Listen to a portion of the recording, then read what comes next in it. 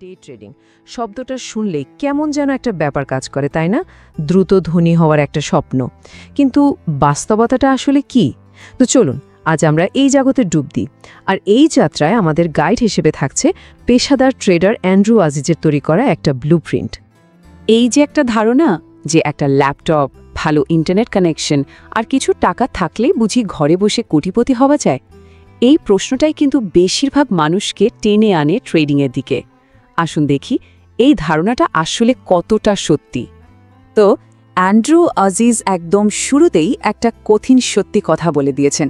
ব্যাপারটা হলো, ডে ট্রেডিংকে যদি কেউ জুয়া বা ভাগ্য পরীক্ষার জায়গা মনে করে তাহলে তার লোকসান হবেই। এটাকে দেখতে হবে একটা সত্যিকারের ব্যবসার মতো, মানে যার নির্দিষ্ট নিয়ম আছে, কৌশল আছে, আর সবচেয়ে বড় কথা ডিসিপ্লিন আছে। এখান থেকেই আসলে রাস্তাটা দুটো ভাগে ভাগ হয়ে যায়। আর এখানেই প্রথম আর সবচেয়ে জরুরি সিদ্ধান্তটা নিতে হয়। ট্রেডিং কি একটা শখ, মানে মাঝে মাঝে করলাম, কিছু টাকা গেল, এই আর কি, নাকি এটাকে একটা সিরিয়াস ব্যবসা হিসেবে দেখা হবে? কারণ পুরো জার্নিটা কিন্তু নির্ভর করছে এই একটা সিদ্ধান্তের ওপর। মজার ব্যাপার হলো, অ্যান্ড্রু আজিজ কিন্তু কোনো ফিন্যান্সের লোক ছিলেন না। তিনি ছিলেন একজন কেমিক্যাল ইঞ্জিনিয়ার, কর্পোরেট দুনিয়ায় চাকরি করতেন। কিন্তু ওই ৯টা-৫টার জীবনটা আর ভালো লাগছিল না। তো সেই একঘেয়েমি থেকে বেরিয়ে আসতে তিনি ২০১৪ সালে ফুল টাইম ট্রেডিং শুরু করেন। তার এই গল্পটাই কিন্তু একটা বড় উদাহরণ যে ঠিকঠাক জ্ঞান আর পরিশ্রম করলে যে কেউই এই পেশায় সফল হতে পারে। আচ্ছা, তাহলে একজন সফল ট্রেডার হওয়ার জন্য প্রথম পিলার বা স্তম্ভটা কি? আজিজ বলছেন সেটা আর কিছুই না, সেটা হলো একটা জেতার মতো মানসিকতা।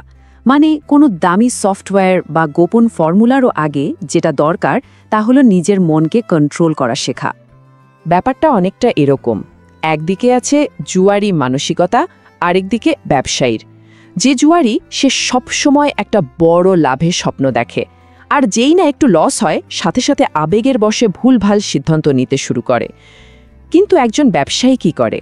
সে কিন্তু ঠান্ডা মাথায় লাভ লোকসানের হিসেব করে, একটা প্ল্যান অনুযায়ী চলে, আর সবচেয়ে বেশি গুরুত্ব দেয় রিস্ক ম্যানেজমেন্টকে। ট্রেডিংয়ের দুনিয়ায় সবচেয়ে বড় শত্রু কে জানেন? কোনো মার্কেট ক্র্যাশ না, অন্য কোনো ট্রেডারও না। আজিজের মতে সবচেয়ে বড় শত্রু হলো নিজের ভেতরের ভয় আর লোভ। ভয়টা কি করে? ঠিক সময়ে ট্রেড নিতে দেয় না, আর লোভ লাভ হওয়ার পরেও ট্রেডটা ধরে রাখতে বলে, যেটা শেষ পর্যন্ত গিয়ে লোকসানে দাঁড়ায়। এই দুটোই হলো আসল ভিলেন। এই প্রসঙ্গে একটা অসাধারণ কথা আছে। এর মানে হলো, মার্কেট সবসময় ঠিক, মার্কেট তার নিজের নিয়মে চলে। যদি কোনো ট্রেডার ভাবে যে না, মার্কেট ভুল, আমি ঠিক, তাহলে সে আসলে নিজের ইগোর কাছে হেরে গিয়ে টাকা খোয়াবে। যারা সফল ট্রেডার তারা মার্কেটের সাথে ফাইট করে না, তারা মার্কেটের স্রোতটা বোঝার চেষ্টা করে আর সে অনুযায়ী নিজেদের পজিশন নেয়। বেশ, মাইন্ডসেট তো না হয় ঠিক করা গেল, কিন্তু যুদ্ধক্ষেত্রে তো আর খালি হাতে নামা যায় না, তাই না? তো চলুন এবার দেখে নেওয়া যাক একজন প্রফেশনাল ট্রেডার হতে গেলে কি কি টুলস বা সরঞ্জাম লাগে। ডে ট্রেডিংয়ে কিন্তু প্রতিটা সেকেন্ডের দাম আছে। ১ সেকেন্ড এদিক ওদিক হলেই পুরো খেলা ঘুরে যেতে পারে। এজন্য সবার আগে দরকার একটা পাওয়ারফুল কম্পিউটার আর হাই স্পিড ইন্টারনেট। এরপর আসে ব্রোকারের কথা। সাধারণ ব্রোকারের বদলে দরকার ডিরেক্ট অ্যাক্সেস ব্রোকার। এটা কি করে? এটা ট্রেডারের অর্ডারকে কোনো মিডলম্যান ছাড়াই সরাসরি মার্কেটে পাঠিয়ে দেয়, ফলে স্পিড পাওয়া যায় অনেক বেশি।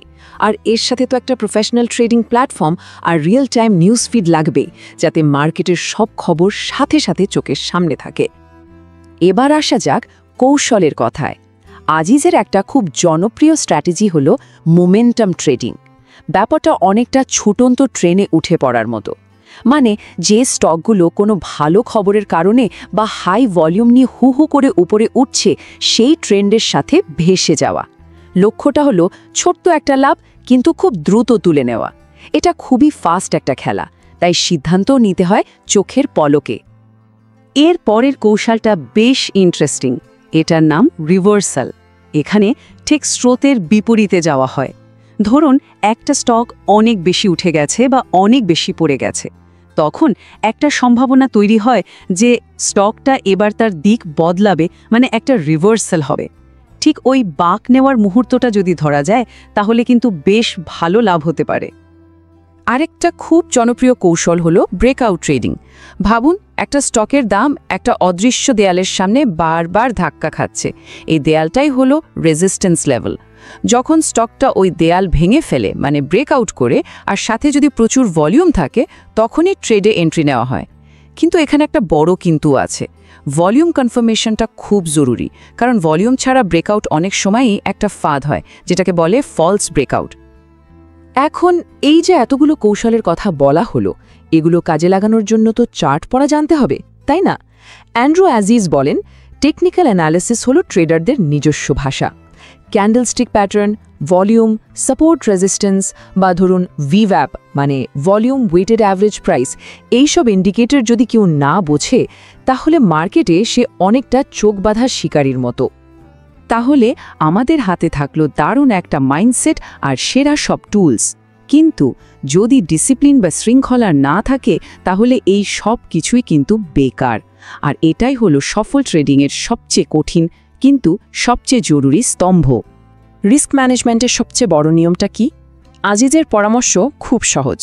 কোনো একটা ট্রেডে নিজের টোটাল ক্যাপিটালের 1 থেকে 2% বেশি রিস্ক নেওয়া যাবে না। মানে অ্যাকাউন্টে যদি 1 লাখ টাকা থাকে, তাহলে যে কোনো একটা ট্রেডে লসের সর্বোচ্চ পরিমাণ হবে 1 থেকে 2000 টাকা। ব্যাস, এই একটা মাত্র নিয়মই কিন্তু পরপর কয়েকটা লসের ধাক্কা সামলে মার্কেটে টিকিয়ে রাখার জন্য যথেষ্ট। এ নিয়ে একটা কথা আছে, ডে ট্রেডিং টাকা জেতার খেলা নয়, এটা টাকা না হারাবার খেলা। এর আসল মানে হলো, প্রথম টার্গেট লাভ করার নয়, প্রথম টার্গেট হলো নিজের ক্যাপিটালকে বাঁচিয়ে রাখা, মার্কেটে টিকে থাকা। কারণ ক্যাপিটাল যদি বেঁচে থাকে, তাহলে লাভ করার সুযোগ তো বারবার আসবে, কিন্তু ক্যাপিটালে যদি শেষ হয়ে যায়, তাহলে তো খেলাটাই শেষ। আজিজ একটা ব্যাপারই খুব জোর দেন, সেটা হলো আসল টাকা নিয়ে মাঠে নামার আগে কমপক্ষে 3 মাস পেপার ট্রেডিং বা সিমুলেটেড ট্রেডিং করা। ব্যাপারটা ঠিক সাঁতার শেখার আগে সুইমিং পুলে প্র্যাকটিস করার মতো। এতে আসল টাকা হারানোর কোনো ঝুঁকি থাকে না। নিজের স্ট্র্যাটেজিগুলো শান্তভাবে পরীক্ষা করা যায়, ভুল করা যায়, আর সেই ভুল থেকে শেখা যায়। একজন প্রফেশনাল ট্রেডার কিন্তু আন্দাজে কাজ করে না, তার একটা বাঁধা রুটিন থাকে। যেমন মার্কেট খোলার আগেই সে হোমওয়ার্ক করে ফেলে, কোন কোন স্টকে নজর রাখতে হবে তার একটা ওয়াচলিস্ট বানিয়ে নেয়, তারপর একদম প্ল্যান মাফিক ট্রেড করে। আর দিনের শেষে সবচেয়ে ইম্পর্ট্যান্ট কাজটা করে, ট্রেডিং জার্নাল লেখা। মানে প্রত্যেকটা ট্রেড কেন নিল, কি ফল হলো, সব লিখে রাখা। নিজেকে বিশ্লেষণ করার আর উন্নতি করার এর থেকে ভালো উপায় আর হয় না। তাহলে এত সব আলোচনার পর আমরা কোথায় এসে দাঁড়ালাম? মূল কথাটা হলো, ডে ট্রেডিংয়ের সাফল্য মানে কিন্তু একদিনে বাজিমাত করা নয়। আসল সাফল্য হলো দিনের পর দিন, মাসের পর মাস এই মার্কেটে সারভাইভ করা, টিকে থাকা। আর টিকে থাকার চাবিকাঠি একটাই, ডিসিপ্লিন। অ্যান্ড্রু আজিজের একটা শেষ কথা আছে, যেটা হয়তো সবচেয়ে জরুরি সতর্কবার্তা। তিনি বলছেন, যদি ট্রেডিংকে শখের মতো করে দেখা হয়, তবে এটা টাকা নষ্ট করবেই। কিন্তু যদি এটাকে একটা ব্যবসা হিসাবে দেখা হয়, তবে এটা পুরস্কার দেবে। রাস্তা দুটোই খোলা, কোনটা বেছে নেওয়া হবে তার ফলাফলও কিন্তু একেবারে পরিষ্কার। এত সব নিয়ম, কৌশল, মানসিকতার কথা তো হলো, কিন্তু সব কিছুর পরেও যদি শুধু একটা নিয়ম বেছে নিতে বলা হয়, যেটা এই খেলায় টিকে থাকার জন্য সবচেয়ে জরুরি, তাহলে সেটা কি হবে? প্রশ্নটা রইল ভাবার জন্য।